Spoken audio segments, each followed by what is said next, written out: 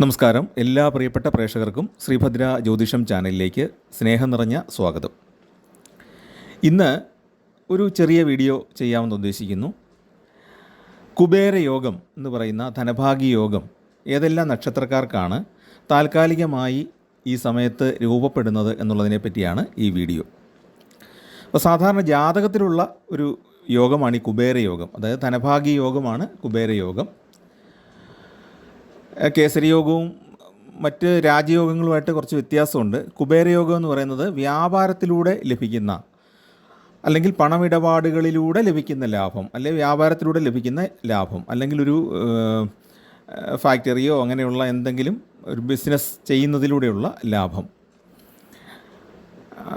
പല തരത്തിലുള്ള ബിസിനസ്സുകളുണ്ടല്ലോ. മണി ലെൻഡിങ് ഉണ്ട്, റിയൽ എസ്റ്റേറ്റ് ഉണ്ട്, സ്വന്തം ഫാക്ടറികൾ, അല്ലെങ്കിൽ മറ്റെന്തെങ്കിലും ഇൻഡസ്ട്രികൾ, ഇതൊക്കെ ചെയ്യുന്ന ആളുകൾക്ക് മറ്റെന്തെങ്കിലും ട്രേഡ്, ഷെയർ ട്രേഡ്, അങ്ങനെയുള്ള ഊഹക്കച്ചവടങ്ങളൊക്കെ ഉണ്ടല്ലോ. ഫ്യൂച്ചർ ട്രേഡൊക്കെ ചെയ്യുന്ന ആളുകൾക്ക് ലഭിക്കുന്ന ഒരു ലാഭത്തെ ആണ് സൂചിപ്പിക്കുന്നത് കുബേരയോഗം. അതായത് എല്ലാ മേഖലയും സ്പർശിക്കുന്ന ഒരു യോഗമല്ല എന്നർത്ഥം, ധനത്തെ ആസ്പദമാക്കിയുള്ള യോഗമാണ്. ജാതകത്തിൽ 2ാം ഭാവാധിപനെയും 11ാം ഭാവാധിപനെയും ആശ്രയിച്ചാണ് ഈ യോഗം ഉണ്ടാകുന്നത്. ഇതുകൂടാതെ ഈ ഗ്രഹസ്ഥാനങ്ങൾ മാറുന്നതനുസരിച്ച് ഈ 2ാം ഭാവാധിപനും 11ാം ഭാവാധിപനും ഉച്ചരാശികളിലോ അല്ലെങ്കിൽ വളരെ അനുകൂലമായിട്ടുള്ള രാശികളിൽ, മൂലത്രികോണം, സ്വക്ഷേത്രം, ഇങ്ങനെയൊക്കെ പ്രാപിച്ച് നിൽക്കുന്ന ഒരു സമയത്ത് താൽക്കാലികമായിട്ട് കുബേരയോഗം സൃഷ്ടിക്കപ്പെടും. ഒരുപാട് ഐശ്വര്യം, ധനപരമായ ഒരുപാട് ഐശ്വര്യം ഉണ്ടാകും എന്നുള്ളതാണ് ഇതിൻ്റെ ഫലം. അപ്പോൾ ഈ പറഞ്ഞ ഗ്രഹസ്ഥാനങ്ങൾ അനുസരിച്ച് കുബേരയോഗം ഏതെല്ലാം നക്ഷത്രക്കാർക്കാണ് ഈ സമയത്ത് ഉണ്ടാകുന്നത് എന്ന് നോക്കാം. ഈ സമയത്തെന്ന് പറഞ്ഞാൽ ഏപ്രിൽ മാസം പകുതിക്ക് മുമ്പായിട്ട് ധനപരമായ ആനുകൂല്യങ്ങൾ ലഭിക്കുന്ന കുറച്ച് നക്ഷത്രക്കാരുടെ ഫലങ്ങളാണ് പറയുന്നത്. അപ്പം ഈ മെയ് മാസം മുതലുള്ള ഫലങ്ങൾ കുറച്ച് വ്യത്യാസപ്പെടും. കാരണം വ്യാഴം അന്നേരത്തേക്കും വ്യാഴം മാറും, രാഹു കേതുക്കൾ മാറും. അപ്പോൾ അതുകൊണ്ട് അതിന് മുമ്പായിട്ട്, ഏതാണ്ട് വിഷുവിന് മുമ്പായിട്ട് ധനഭാഗ്യയോഗം കുബേരയോഗത്തിലൂടെ സിദ്ധിക്കുന്ന നക്ഷത്രക്കാരെക്കുറിച്ചാണ് പറയുന്നത്. അപ്പോൾ ഈ താൽക്കാലികമായിട്ടുണ്ടാകുന്ന ഭാഗ്യയോഗങ്ങളൊക്കെ ഗ്രഹസ്ഥാനം മാറുന്നതനുസരിച്ച് അങ്ങോട്ടും ഇങ്ങോട്ടും മാറിക്കൊണ്ടിരിക്കും. അപ്പോൾ നമുക്ക് ചുരുക്കത്തിൽ ബിസിനസ് പുരോഗതിയും ജീവിതത്തിലെ പെട്ടെന്ന് ആഡംബര വസ്തുക്കളുടെ ലഭ്യതയും ഒക്കെ കിട്ടുന്ന ഏതാനും നക്ഷത്രക്കാരുടെ കാര്യങ്ങൾ നോക്കാം. വ്യാപാര പുരോഗതിയും ധനഭാഗ്യയോഗവും ഒക്കെ സിദ്ധിക്കുന്നത് ആർക്കാണ് എന്നുള്ളത് നോക്കാം. ഇപ്പോഴത്തെ ഗ്രഹാവസ്ഥയുടെ പ്രത്യേകത എന്താണ്? ഇടവൻ രാശിയിലാണ് വ്യാഴം സഞ്ചരിക്കുന്നത്. മിഥുനത്തിലേക്ക് സഞ്ചരിച്ചുകൊണ്ടിരിക്കുകയാണ്. മെയ് പകുതിയോടെ, മെയ് 14 മിഥുനൻ രാശിയിലേക്ക് വ്യാഴം സംക്രമിക്കും. ശുക്രൻ, മറ്റൊരു ശുഭഗ്രഹമായ ശുക്രൻ, അതിൻ്റെ ഉച്ചരാശിയായ മീനൻ രാശിയിലാണ് ഇപ്പോൾ സഞ്ചരിച്ചുകൊണ്ടിരിക്കുന്നത്. ബുധൻ മറ്റൊരു ശുഭഗ്രഹമാണ്. ബുധൻ സ്ഥാനം കൊണ്ട് ശുഭത്വം നൽകുമെങ്കിലും ബുധൻ ഇപ്പോൾ നീചരാശിയിലാണ് എന്നുള്ളത് കൊണ്ട് ബുധന് പൂർണ്ണ ഫലം നമുക്ക് പറയാൻ കഴിയില്ല. അതുകൊണ്ട് ബുധനെ കൊണ്ട് ഫലം കിട്ടുന്ന നക്ഷത്രക്കാരുടേത് അവസാനം മാത്രമാണ് ചേർത്തിട്ടുള്ളത്. വ്യാഴത്തെക്കൊണ്ടും ശുക്രനെക്കൊണ്ടും ശനിയെക്കൊണ്ടും സൂര്യനെക്കൊണ്ടുമൊക്കെ പ്രധാനമായിട്ട് ഫലം ലഭിക്കുന്ന നക്ഷത്രക്കാർ ആരൊക്കെയാണെന്ന് നമുക്കൊന്ന് നോക്കാം. ആദ്യത്തേത് മൂലനക്ഷത്രമാണ്. ഈ മൂലനക്ഷത്രം എന്ന് പറയുന്നത് ധനുക്കൂറിൽ വരുന്ന നക്ഷത്രമാണ്.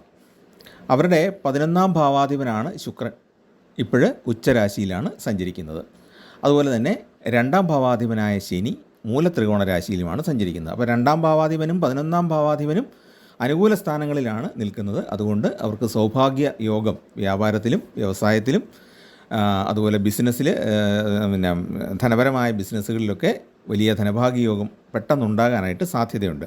ഇതൊരു ലോങ് ലാസ്റ്റിംഗ് അല്ലെങ്കിൽ ദീർഘകാലത്തേക്കുള്ള ഒരു യോഗമാണെന്ന് ധരിക്കരുത്. ഈ വിഷുവിന് മുമ്പായിട്ട് പെട്ടെന്നുള്ള ഒരു ഭാഗ്യയോഗമാണ് അവരിലേക്ക് വന്നു ചേരാൻ സാധ്യതയുള്ളത്. ജോലിയിൽ കൂടെയോ അല്ലാതെയോ പല നേട്ടങ്ങളും സൃഷ്ടിക്കാനായിട്ട് സാധിക്കും. കാരണം ഈ മേഖലയിൽ ജോലി ചെയ്യുന്നവരാണെങ്കിൽ അതിലൂടെയും ലാഭം ഉണ്ടാക്കാനായിട്ട് സാധിക്കും. അതുപോലെ തന്നെ കടങ്ങൾ വീട്ടാനും സാമ്പത്തികമായ ഒരാശ്വാസം ജീവിതത്തിൽ വരാനുമൊക്കെ ഈ കാലഘട്ടം ഉചിതമായിരിക്കും. തൊഴിൽ പുരോഗതിയും ഉണ്ടാകാൻ ഇടയുള്ള ഒരു കാലഘട്ടമാണ്. അടുത്തത് പുണർദം നക്ഷത്രത്തിൻ്റെ ഫലമാണ്. പുണർദം നക്ഷത്രക്കാരുടെ കുബേരയോഗം.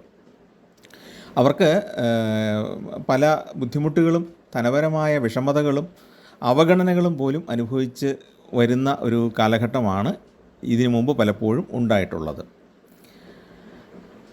അപ്പോൾ ഈ കുബേരയോഗം വരുമ്പോഴത്തേക്ക് ഇവർക്ക് പെട്ടെന്ന് ഏതെങ്കിലുമൊക്കെ മാർഗത്തിൽ കുറേ ധനം വന്നെത്തുകയും അവർക്ക് ബുദ്ധിമുട്ടിന് കാരണമായ പല പ്രശ്നങ്ങളും പരിഹരിക്കാനും സാധിക്കും.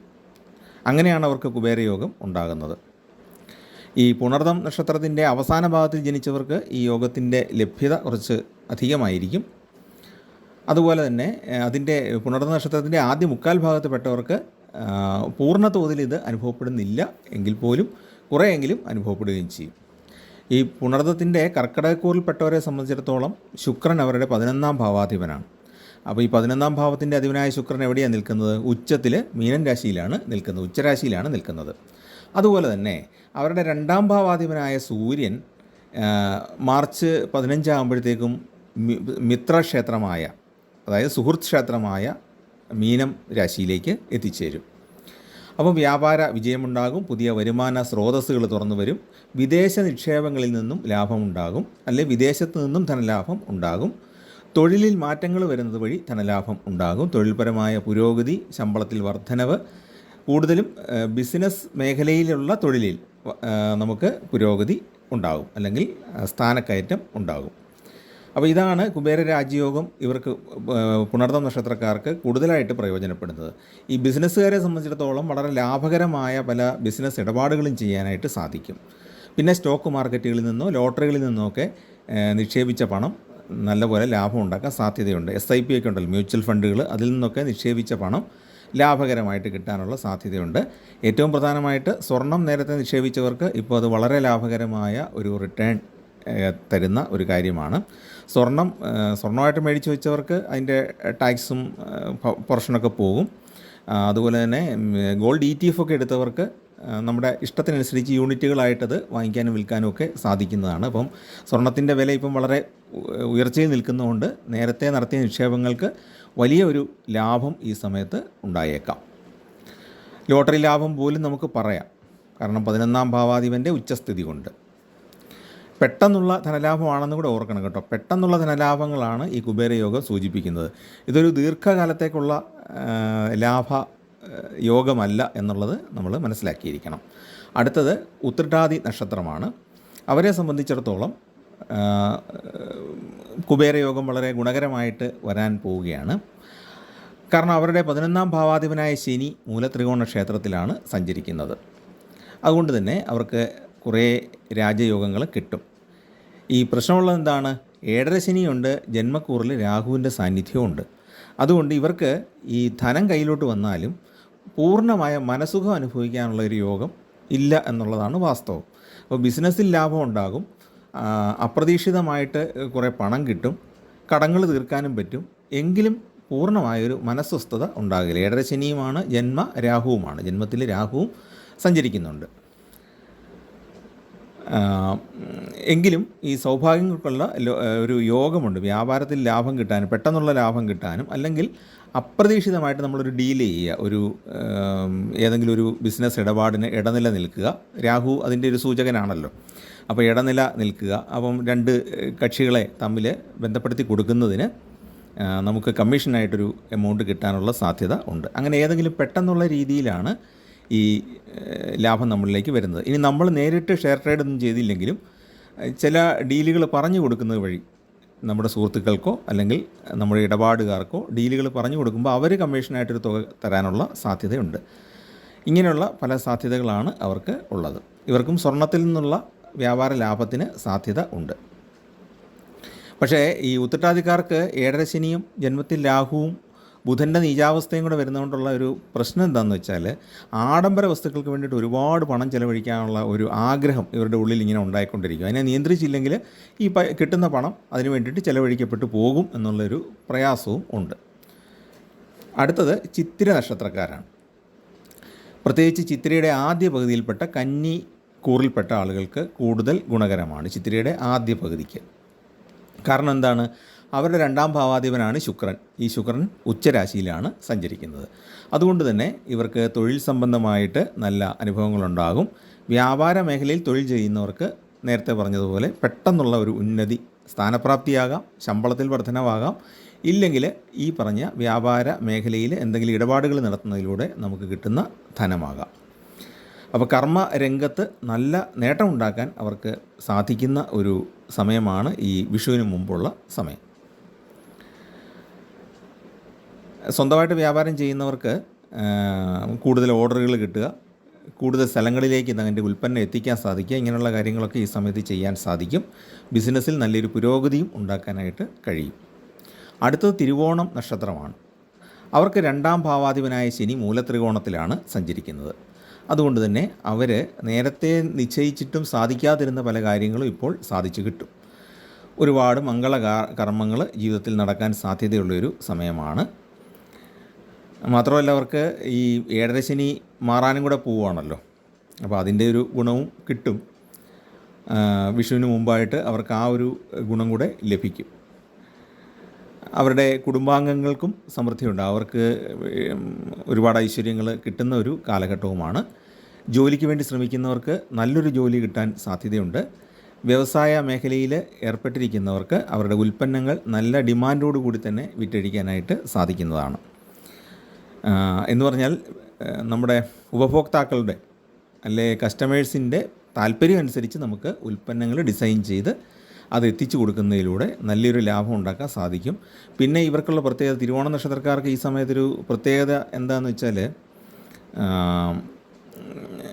അവരുടെ വ്യാപാര മേഖലയിൽ അവർക്ക് പ്രത്യേകമായ ചില കാര്യങ്ങളൊക്കെ കണ്ടുപിടിച്ച് ചെയ്യാൻ സാധിക്കും.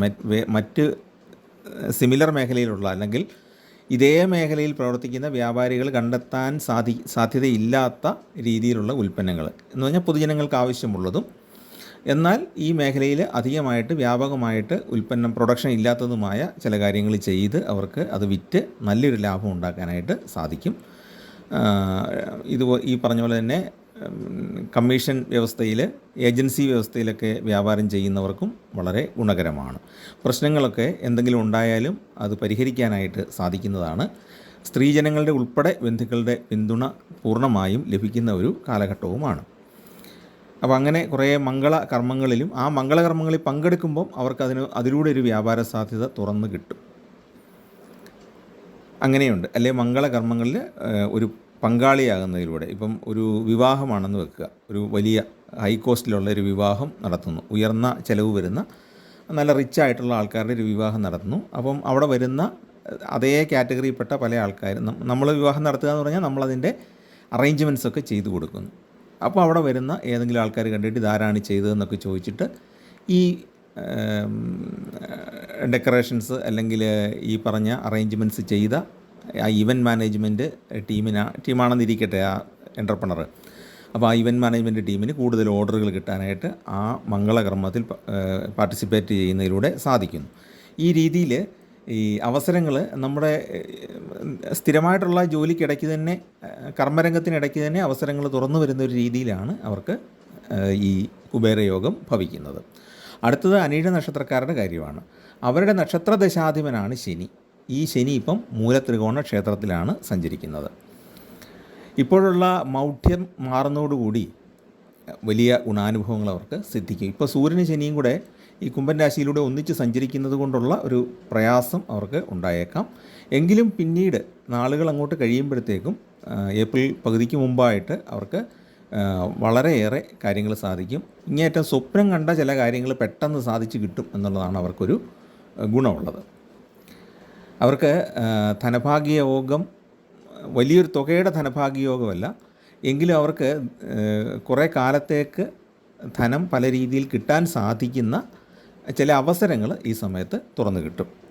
വ്യാപാര മേഖലയിൽ ഉള്ളവർക്കാണെന്ന് ഞാൻ പറഞ്ഞല്ലോ, കുബേരയോഗം കൂടുതലായിട്ടും വ്യാപാരത്തിൽ ഏർപ്പെട്ടിരിക്കുന്നവർക്കാണ് കിട്ടുന്നത്. അപ്പോൾ ആ മേഖലയിലുള്ളവർക്ക് ഇത് കൂടുതൽ സ്ഥലങ്ങളിലേക്ക് വ്യാപാരം വ്യാപിപ്പിക്കാനായിട്ട് സാധിക്കുക, കൂടുതൽ കസ്റ്റമേഴ്സിനെ നമുക്ക് ആകർഷിക്കാൻ സാധിക്കുക. അപ്പോൾ ഇപ്പോൾ കിട്ടുന്ന ഈ ലാഭം എന്നുള്ളത് എമൗണ്ട് കുറവാണെങ്കിലും ദീർഘകാലത്തേക്ക് പല തവണയായിട്ട് ലാഭം നമ്മളുടെ കയ്യിലേക്ക് വന്നെത്തും. അപ്പോൾ വിഷുവിന് മുമ്പായിട്ട് അവർക്ക് ഈ രീതിയിൽ അവരുടെ വ്യാപാരം ക്രമീകരിക്കാനായിട്ട് സാധിക്കും. അടുത്തത് രോഹിണി നക്ഷത്രമാണ്. രോഹിണി നക്ഷത്രക്കാരുടെ 2ാം ഭാവാധിപൻ എന്ന് പറയുന്നത്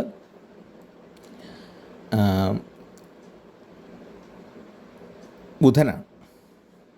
രോഹിണി നക്ഷത്രം ഇടവക്കൂറിലാണ് വരുന്നത്. 2ാം ഭാവം എന്ന് പറയുന്നത് മിഥുനക്കൂറ്. മിഥുനക്കൂറിൻ്റെ ഭാവാധിപൻ എവിടെയാണ്? മീനത്തിലാണ്. ബുധൻ. അപ്പോൾ 2-ാം ഭാവാധിപൻ 11-ൽ നിൽക്കുന്നു. പക്ഷേ അത് ബുധൻ്റെ നീചരാശിയായിപ്പോയി. ഇല്ലെങ്കിൽ രോഹിണി നക്ഷത്രക്കാർക്കൊരു വൻ നേട്ടം ഉണ്ടായേനെ. ഇവർക്ക് പെട്ടെന്നുള്ള ചില ധനഭാഗ്യ യോഗങ്ങളുണ്ട്. എങ്കിലും പരിപൂർണമായിട്ടും ആ ബുധൻ 11-ൽ നിൽക്കുന്നതിൻ്റെ ഫലം അനുഭവിക്കാൻ യോഗവും കിട്ടുന്നില്ല. എങ്കിലും മോശമല്ല, വിദ്യാഭ്യാസത്തിൽ ഉയർച്ച ഉണ്ടാകാം. ജോലി തേടുന്നവർക്ക് ജോലി ലഭിക്കാൻ സാധ്യതയുണ്ട്. അതുപോലെ തന്നെ ജോലിയിൽ നിന്ന് നേരത്തെ മാറി നിന്ന ആൾക്കാർക്ക് അതേ ജോലിയിലോ അല്ലെങ്കിൽ പുതിയൊരു ജോലിയിലേക്കോ പ്രവേശിക്കാനായിട്ട് സാധിക്കും. വിവാഹ യോഗത്തിനും സാധ്യതയുണ്ട്. അതിലൂടെ ധനലാഭവും ഉണ്ടാകാം. പങ്കാളി റിച്ചായിരിക്കുന്നതിലൂടെ, പങ്കാളി ഒരു ധനവാനോ ധനികയോ ആണെങ്കിൽ അതിലൂടെയും നമുക്ക് ധനലാഭം ഉണ്ടാകാം. അത് ഞാൻ ഇതായിട്ട് അഡ്വൈസ് ചെയ്യുന്നില്ല. എങ്കിൽ പോലും നമ്മുടെ കുടുംബത്തിലേക്കാണല്ലോ വരുന്നത് നമ്മുടെ പങ്കാളി. അതുകൊണ്ട് ആ രീതിയിലും ധനലാഭം ഉണ്ടാകാൻ സാധ്യതയുണ്ട് എന്ന് സൂചിപ്പിച്ചെന്നേ ഉള്ളൂ. പിന്നെ നേരത്തെ നടത്തിയ നിക്ഷേപങ്ങൾ ഈ സമയത്ത് വൻ വിജയം നൽകുന്നതാണ്. ഇപ്പോൾ ഈ ഷെയർ മാർക്കറ്റിൽ അല്പം താഴ്ന്നു നിൽക്കുകയാണെങ്കിൽ പോലും ഈ ലോകത്തെ സാമ്പത്തിക സ്ഥിതിയുടെ അവലോകനം എടുക്കുമ്പോൾ ഷെയർ മാർക്കറ്റുകൾ പൊതുവെ അല്പം താന്നാണ് നിൽക്കുന്നതെങ്കിലും വലിയൊരു താഴ്ചയിലേക്ക് പോകാതെ പഴയ നിക്ഷേപങ്ങൾ ഇപ്പോഴും നോക്കുമ്പോൾ ലാഭത്തിലാണ് കയറി വരുന്നത്. പല നിക്ഷേപങ്ങളും, നല്ല കമ്പനികളുടെ നിക്ഷേപങ്ങളൊക്കെ ഇപ്പോഴും ഉയർന്ന നിലവാരത്തിൽ തന്നെയാണ് നിൽക്കുന്നത്. അപ്പം അത് വെച്ച് നോക്കുമ്പം അത്രയും ഇല്ലെങ്കിൽ പോലും, വലിയ ലാഭമല്ല, അല്പം താഴ്ന്നാണ് നിൽക്കുന്നതെങ്കിൽ പോലും ഈ ഒരു സമയത്ത് നിങ്ങളുടെ ഏതെങ്കിലുമൊക്കെ നിക്ഷേപങ്ങൾക്ക് നല്ല റിട്ടേൺ കിട്ടാൻ സാധ്യതയുണ്ട്. പിന്നെ പലവിധ ഭോഗസുഖങ്ങൾ അനുഭവിക്കാനും അവർക്ക് യോഗമുണ്ട്. ആഡംബര വസ്തുക്കൾ വാങ്ങിക്കാൻ സാധിക്കും. പക്ഷേ അതിലൂടെ കുറേ ധനം ചിലവായി പോകും എന്നുള്ളൊരു കാര്യവുമുണ്ട്. പിന്നെ മറ്റൊരു പ്രത്യേകത അവർക്ക് ശ്രദ്ധിക്കാനുള്ളത്, ചൊവ്വ അവരുടെ 2-ാം ഭാവത്തിലാണ് നിൽക്കുന്നത്. അതുകൊണ്ട് വാക്കുകൾ സൂക്ഷിച്ചില്ലെങ്കിൽ വാക്കുകൾ മറ്റുള്ളവരെ മുറിവേൽപ്പിക്കാനും അതുപോലെ തന്നെ കലഹങ്ങൾക്കും സാധ്യതയുണ്ട്. അപ്പോൾ അതുകൊണ്ടാണ് ഞാൻ ഈ രോഹിണിയൊക്കെ ഏറ്റവും ഒടുവിൽ പറഞ്ഞത്. ഏറ്റവും ഗുണം കൂടിയതാണ് ആദ്യം പറഞ്ഞത്. അപ്പോൾ ഇത്രയും നക്ഷത്രക്കാർക്കാണ് ഈ കുബേര യോഗം കൊണ്ടുള്ള ലാഭം ഈ ഒരു കാലഘട്ടത്തിൽ ഉണ്ടാകാൻ ഇടയുള്ളത്. ഏകദേശം ഏപ്രിൽ മാസം പകുതിക്ക് മുമ്പായിട്ട്, അതായത് വിഷുവിന് മുമ്പായിട്ട് ഒരു ധനലാഭം ഇവർക്ക് സിദ്ധിക്കാനുള്ള യോഗമുണ്ട്. പിന്നെ അവർ അത് കൂടുതൽ ഫലവത്താക്കാനുള്ള വഴിപാടുകളെപ്പറ്റി പറയുമ്പോൾ വ്യാഴത്തിനും ശുക്രനും സൂര്യനും ശനിക്കും പ്രത്യേകമായ വഴിപാടുകൾ ചെയ്യുന്നത് ഏറ്റവും ഉചിതമാണ്. അതുപോലെ തന്നെ ബുധൻ്റെ നീചാവസ്ഥയ്ക്ക് പരിഹാരമായി ശ്രീകൃഷ്ണ ക്ഷേത്രത്തിൽ വഴിപാട് ചെയ്യുന്നതും ഏറ്റവും നല്ലതാണ്. അപ്പോൾ വ്യാഴത്തിന് വിഷ്ണു ക്ഷേത്രത്തിൽ പ്രാർത്ഥിക്കുക, നവഗ്രഹ ക്ഷേത്രത്തിൽ വ്യാഴത്തെ പ്രാർത്ഥിക്കുക. അതുപോലെ തന്നെ ബുധന് നവഗ്രഹ ക്ഷേത്രത്തിലെ ബുധപ്രതിഷ്ഠയ്ക്ക് വെളുത്ത പട്ട് സമർപ്പിക്കുക, അർച്ചന ചെയ്യുക. കൂടുതലും ഫലമെന്ന് പറയുന്നത് ശ്രീകൃഷ്ണ ക്ഷേത്രത്തിൽ ചെയ്യുന്ന വഴിപാടാണ്. തൃക്കൈ വെണ്ണയോ അല്ലെങ്കിൽ വെണ്ണ പാദത്തിൽ സമർപ്പിക്കുന്നതോ, തുളസിമാല സമർപ്പിക്കുകയോ പാൽപ്പായസം സമർപ്പിക്കുകയോ, അങ്ങനെ നമുക്ക് ഇഷ്ടമുള്ള ഏത് വഴിപാടും നമ്മുടെ ധനത്തിനനുസരിച്ച് ചെയ്യാം. അപ്പോൾ ഈ ബുധൻ്റെ നീചാവസ്ഥ ഒന്ന് കുറയാനും ബുധനെ കൊണ്ട് കിട്ടുന്ന ആനുകൂല്യങ്ങൾ കൂടുതൽ നമ്മളിലേക്ക് എത്തിച്ചേരാനും അത് സഹായകമാണ്. വ്യാഴപ്രീതിക്കായിട്ട് വിഷ്ണു ഭഗവാന് അർച്ചനകളും വഴിപാടുകളും ചെയ്യേണ്ടതാണ്. ശനി പ്രീതിക്കായിട്ട് ശാസ്താവിന് നീരാജനം, നെയ്വിളക്ക് തുടങ്ങിയ കാര്യങ്ങൾ ചെയ്യുക. അതോടൊപ്പം തന്നെ ശനിക്ക് എള്ളുതിരി നവഗ്രഹ ക്ഷേത്രത്തിൽ ചെയ്യുന്നത് ഏറ്റവും നല്ലതാണ്. നേരത്തെ പലപ്പോഴും നമ്മൾ പറഞ്ഞിട്ടുണ്ടല്ലോ, ശനിക്ക് ഏറ്റവും പ്രിയപ്പെട്ട അല്ലെങ്കിൽ ഏറ്റവും ഫലപ്രദമായ ഒരു വഴിപാടാണ് എള്ളുതിരി സമർപ്പിക്കുക എന്നുള്ളത്. ശനിയുടെ ധാന്യമാണ് എള്ള് എന്ന് പറയുന്നത്. അതുപോലെ ഇരുമ്പിൻ്റെ അംശമുള്ള എല്ലാ സാധനങ്ങളും ശനിക്ക് പ്രിയപ്പെട്ടതാണ്. അതിലേത് ആണെങ്കിലും വഴിപാടിൻ്റെ ഇനങ്ങളായിട്ട് എവിടെയാണുള്ളതെങ്കിലും അതൊക്കെ സമർപ്പിക്കാം. എള്ളെണ്ണ തുടങ്ങിയ കാര്യങ്ങളൊക്കെ സമർപ്പിക്കാവുന്നതാണ്. ശാസ്താവിന് കുറച്ചുകൂടെ സാത്വികമായ വഴിപാടുകളാണ് നമ്മൾ കൊടുക്കാറുള്ളത്. എള്ളുപായസം, നെയ്വിളക്ക് തുടങ്ങിയ കാര്യങ്ങൾ, ശംഖുപുഷ്പം കൊണ്ട് അർച്ചന, തുളസി പൂക്കൾ കൊണ്ട് അർച്ചന, പുഷ്പാഞ്ജലികൾ, ഇങ്ങനെ പല പല കാര്യങ്ങളുണ്ട്. പിന്നെ പല പല സൂക്തങ്ങൾ കൊണ്ട് ശാസ്ത അഷ്ടോത്തര നാമാർച്ചന, അങ്ങനെ തുടങ്ങിയ കുറേ കാര്യങ്ങൾ നമുക്ക് ചെയ്യാം. അത് നിങ്ങളുടെ ആവശ്യമനുസരിച്ച്, ഏത് ഉദ്ദേശത്തിലാണ് നിങ്ങൾ പ്രാർത്ഥിക്കുന്നത് അതനുസരിച്ച് ചെയ്യുക. വ്യാപാരം ഏത് മേഖലയിലാണ് എന്നുള്ളത് നോക്കിയിട്ട് അതനുസരിച്ചുള്ളൊരു വഴിപാട് ചെയ്താൽ കൂടുതൽ ഫലം ഉണ്ടാകും. അതുപോലെ തന്നെ ഈ പറഞ്ഞ പോലെ മഹാലക്ഷ്മിക്ക്, ശുക്രൻ സൂചിപ്പിക്കുന്ന ദേവത എന്ന് പറയുന്നത് മഹാലക്ഷ്മിയാണ്. മഹാലക്ഷ്മിക്കും വഴിപാട് ചെയ്യേണ്ടതാണ്. അർച്ചനകൾ ചെയ്യുക, വെളുത്ത പട്ട് സമർപ്പിക്കുക. നവഗ്രഹ ക്ഷേത്രത്തിൽ ശുക്രന് വെളുത്ത വട്ട് സമർപ്പിക്കുകയും വെളുത്ത പൂക്കൾ കൊണ്ട് അർച്ചന ചെയ്യുകയും ചെയ്യുക. പിന്നെ ശുക്ര സ്തോത്രങ്ങൾ എല്ലാ ദിവസവും ജപിക്കുക. നവഗ്രഹ സ്തോത്രത്തിൽ ശുക്രൻ്റെ സ്തോത്രം അത് ജപിക്കുക. എല്ലാ ഈ പറഞ്ഞ നവഗ്രഹങ്ങളുടെ എല്ലാ നവഗ്രഹ സ്തോത്രം എന്ന് പറഞ്ഞുകൊണ്ട് ഈ 9 ഗ്രഹങ്ങളെയും സ്തുതിച്ചുകൊണ്ടുള്ള സ്തോത്രം ഉണ്ടല്ലോ, അത് നിത്യവും ജപിക്കുന്നതും വളരെ ഉത്തമമാണ്. അപ്പോൾ ഈ കുബേരയോഗം എന്ന് പറയുന്നത് നേരത്തെ പറഞ്ഞ പോലെ വളരെ പെട്ടെന്ന് വന്നു പോകുന്ന ഒരു കാലഘട്ടത്തിലുണ്ടാകുന്ന യോഗമാണ്. ഗ്രഹത്തിൻ്റെ സ്ഥിതി കൊണ്ട് മാത്രം, ഗ്രഹം എവിടെ നിൽക്കുന്നു, ഈ യോഗത്തിന് കാരണമായ ഗ്രഹം ഏത് സ്ഥാനത്ത് വരുന്നു എന്നുള്ള സമയത്തേക്ക് മാത്രമേ ഈ യോഗം നമുക്ക് അനുഭവപ്പെടുന്നുള്ളൂ. എങ്കിലും ആ യോഗത്തിൻ്റെ അനുഭവങ്ങൾ നമുക്ക് കഴിയുന്നത്ര ഫലപ്രദമാക്കാം, നമുക്ക് ആ കാലം ഒന്ന് ശ്രദ്ധിച്ചിരിക്കാം എന്നുള്ള ഉദ്ദേശിച്ചാണ് ഞാൻ ഇത്രയും കാര്യങ്ങൾ പറഞ്ഞത്. അപ്പോൾ നിങ്ങളും അത് ഏറ്റവും ഫലപ്രദമായിട്ട് ഉപയോഗിക്കുക. അവസരങ്ങൾ വരുന്നത് നിങ്ങൾ ശ്രദ്ധിച്ചുകൊണ്ടിരിക്കുക, ആ അവസരങ്ങൾ പരമാവധി ഉപയോഗിക്കുക. അപ്പോൾ എല്ലാവർക്കും ഈശ്വരാനുഗ്രഹം ഉണ്ടാകട്ടെ. ചാനൽ ഇഷ്ടപ്പെട്ടെങ്കിൽ നിങ്ങളൊന്ന് സബ്സ്ക്രൈബ് ചെയ്യുകയും നിങ്ങളുടെ കൂട്ടുകാർക്കും ബന്ധുക്കൾക്കും അയൽക്കാർക്കും പരിചയക്കാർക്കൊക്കെ ഒന്ന് ഷെയർ ചെയ്ത് കൊടുത്ത് സഹായിക്കുകയും ചെയ്യുക. എല്ലാവർക്കും ധാരാളം നന്മകൾ ഉണ്ടാകട്ടെ, നിങ്ങൾക്ക് ഐശ്വര്യവും ധനഭാഗ്യവും എല്ലാം ഉണ്ടാകട്ടെ എന്ന് പ്രാർത്ഥിക്കുന്നു. അടുത്ത വീഡിയോ ആയിട്ട് വീണ്ടും കാണാം. അതുവരെ നമസ്കാരം.